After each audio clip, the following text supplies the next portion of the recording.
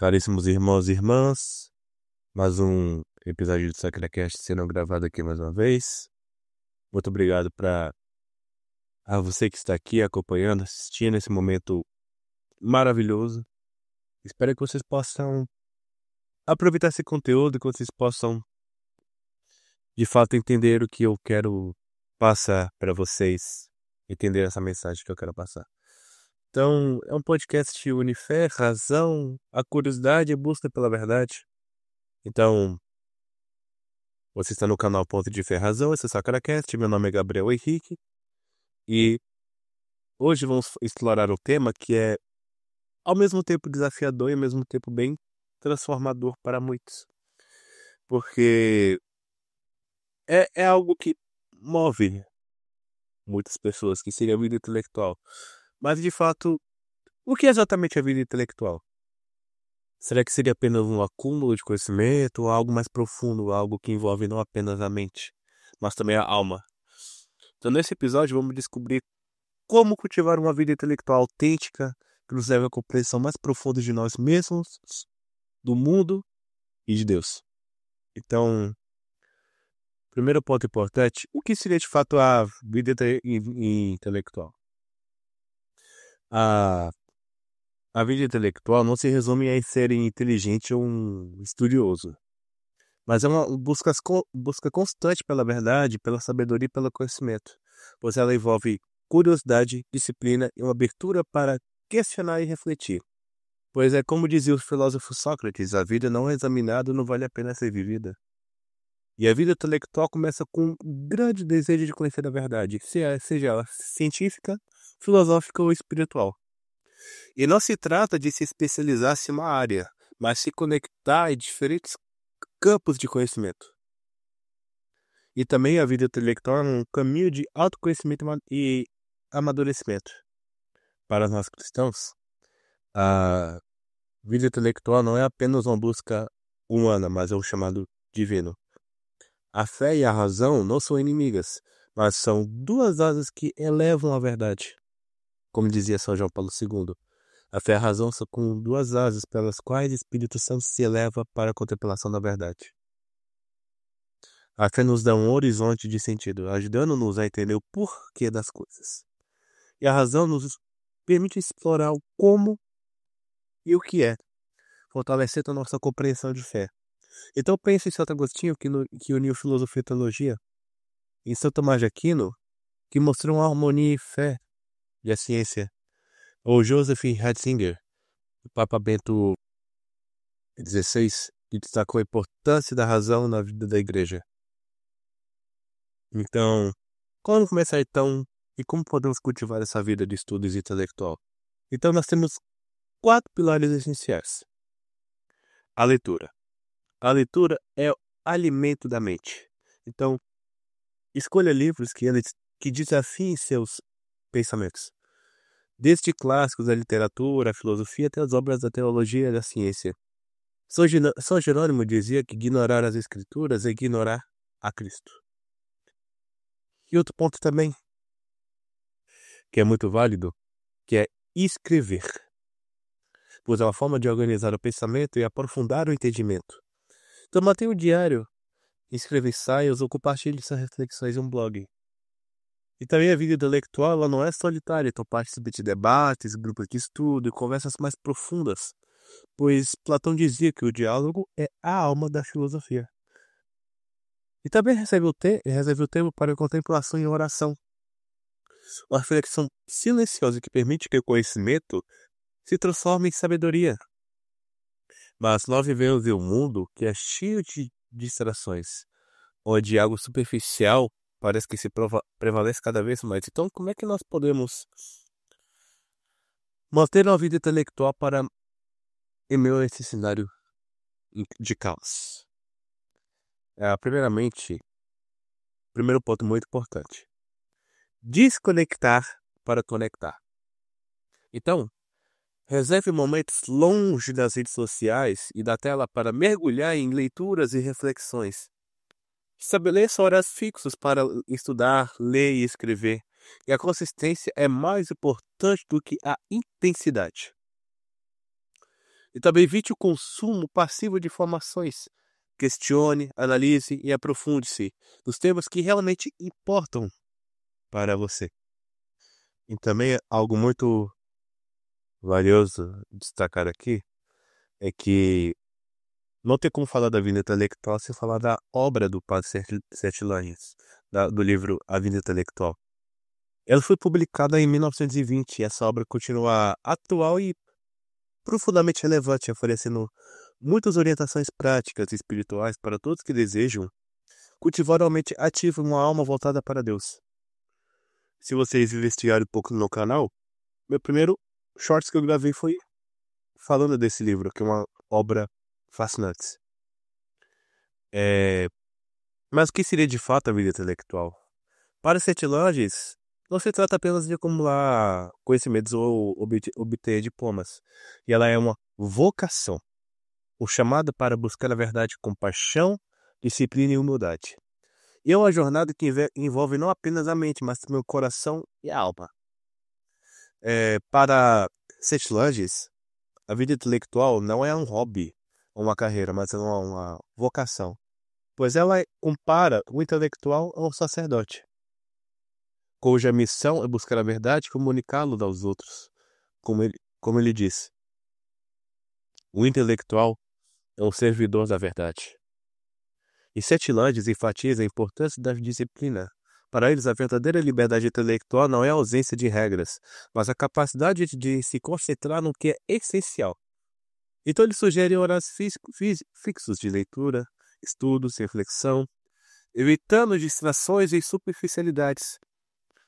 E o terceiro ponto muito importante, que a humildade é essencial para o intelectual. Sertilânges alerta contra o orgulho, a vaidade, que pode nos afastar da verdade. Ele nos lembra que o conhecimento é um dom de Deus e que devemos buscá-lo com gratidão e reverência. Então, para Sertilânges, o conhecimento não é um fim em si mesmo, mas um caminho para a sabedoria. E ele nos convida a refletir sobre o que significa buscar a verdade em um mundo cheio de incertezas. Sertilânges nos lembra que a verdade é o objetivo final da vida intelectual. Mas o que seria de fato a verdade? Para ele, a verdade não é apenas um conjunto de fatos e teorias, ela é uma realidade viva que nos convida a uma relação pessoal com o mundo e com Deus. E Sertilânges defende a unidade do saber, pois ele nos encoraja a conectar diferentes campos do conhecimento, desde a filosofia e a teologia até a ciência e a arte. Para ele, a verdade é uma só, e todas as disciplinas são caminhos que nos levam a ela. Então, para Sertilânges, o estudo e a reflexão pode se tornar uma forma de oração. E ele nos convida a ver um trabalho intelectual como uma oferta de Deus, uma maneira de glorificá-lo através do uso de nossos talentos.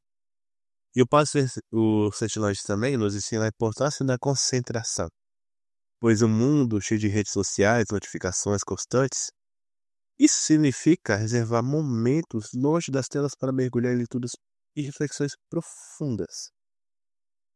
Ele nos alerta contra o consumo passivo de informações.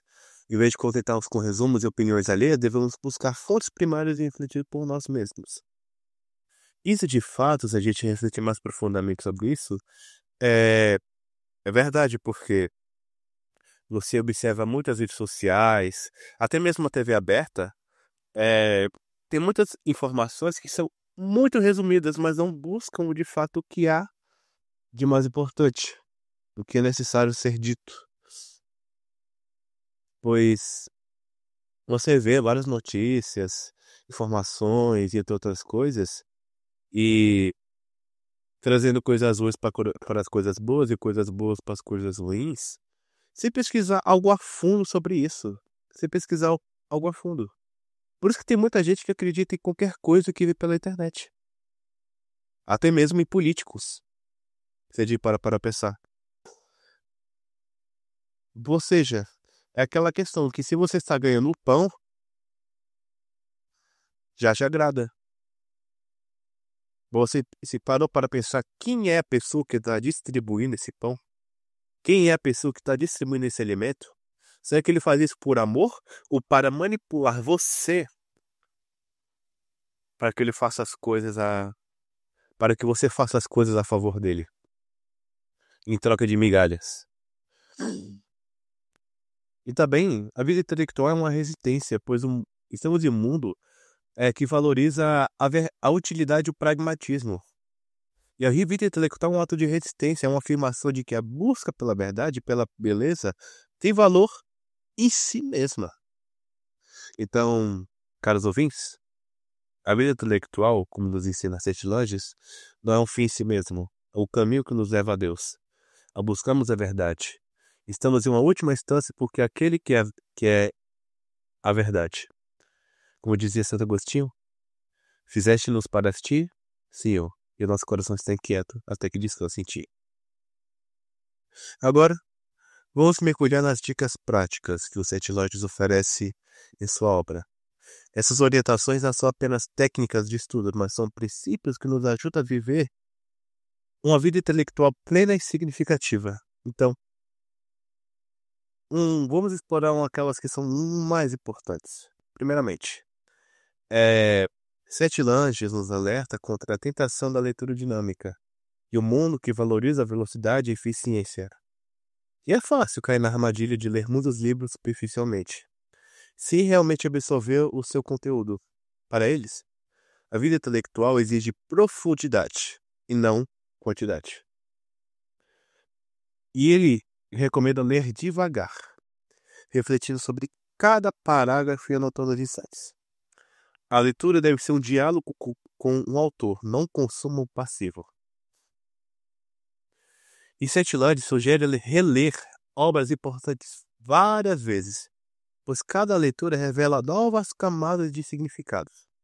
Então, ao invés de se preocupar em terminar livros, foque em internalizar suas ideias e aplicá-las à sua vida e ao seu pensamento.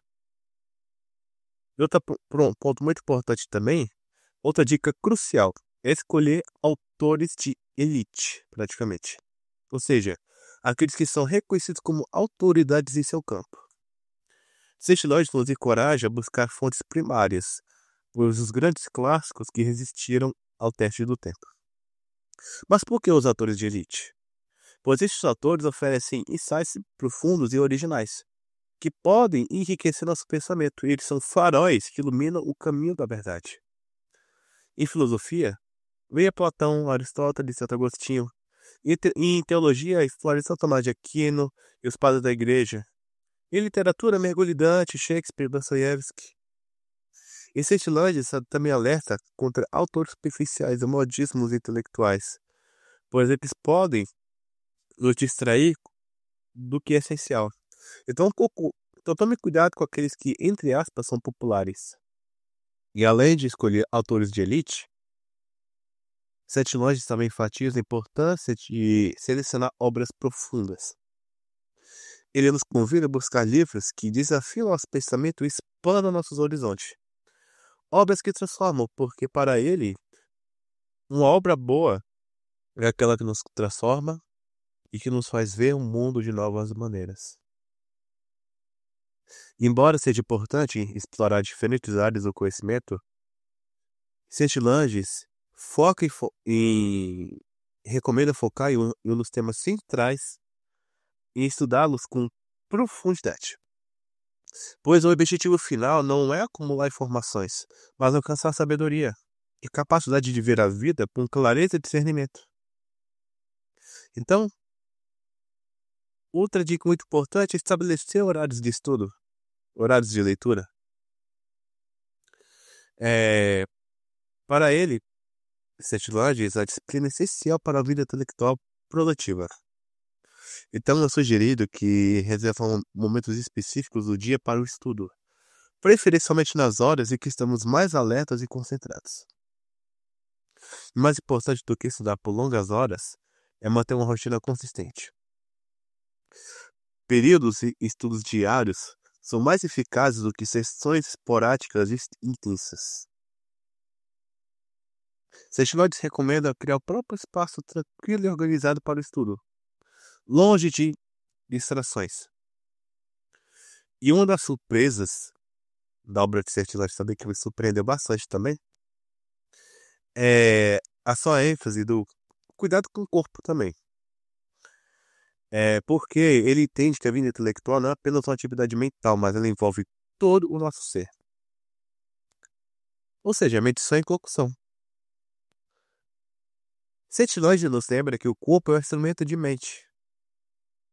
Um corpo cansado ou doente dificulta a concentração e o pensamento claro, pois ele recomenda atividades físicas moderadas, como caminhadas, que ajudam a refrescar a mente e manter o equilíbrio.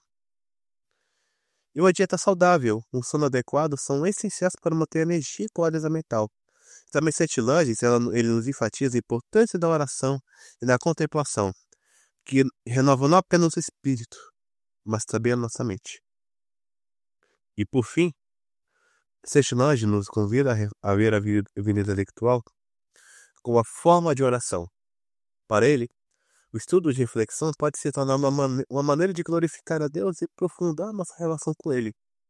Então ele nos encoraja a oferecer nosso trabalho intelectual a Deus como uma forma de adoração. Ao buscar a verdade, estamos buscando aquele que é a verdade.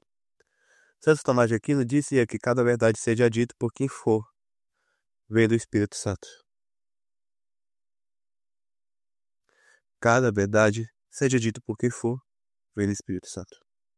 Cetilândia nos lembra que todo conhecimento é o dom de Deus e que devemos buscá-lo com gratidão e reverência. Então, meus caros ouvintes, as dicas de Cetilândia nos mostram que a vida intelectual não é apenas uma atividade acadêmica, mas é uma vocação. O chamado a buscar a verdade com compaixão, disciplina e humildade. Ao seguir esses princípios, podemos transformar o nosso estudo em uma jornada espiritual que nos aproxima de Deus e nos ajuda a viver uma vida mais plena e significativa. Então, vamos encerrar com a oração? A vossa proteção, Virgem soberana, livrai-nos do inimigo com o vosso valor. Glória seja o Pai, o Filho e o amor também, que há um só Deus em pessoas três, agora e sempre, sem fim. Amém. Nossa Senhora, porta dos céus, rogai por nós. Em nome do Pai, do Filho e do Espírito Santo. Amém. Que este episódio inspire você a cultivar a vida intelectual rica e profunda, unindo fé e razão em busca de sabedoria. Obrigado por acompanhar o seu SacraCast. Até a próxima e que Deus os abençoe. Paz e bem.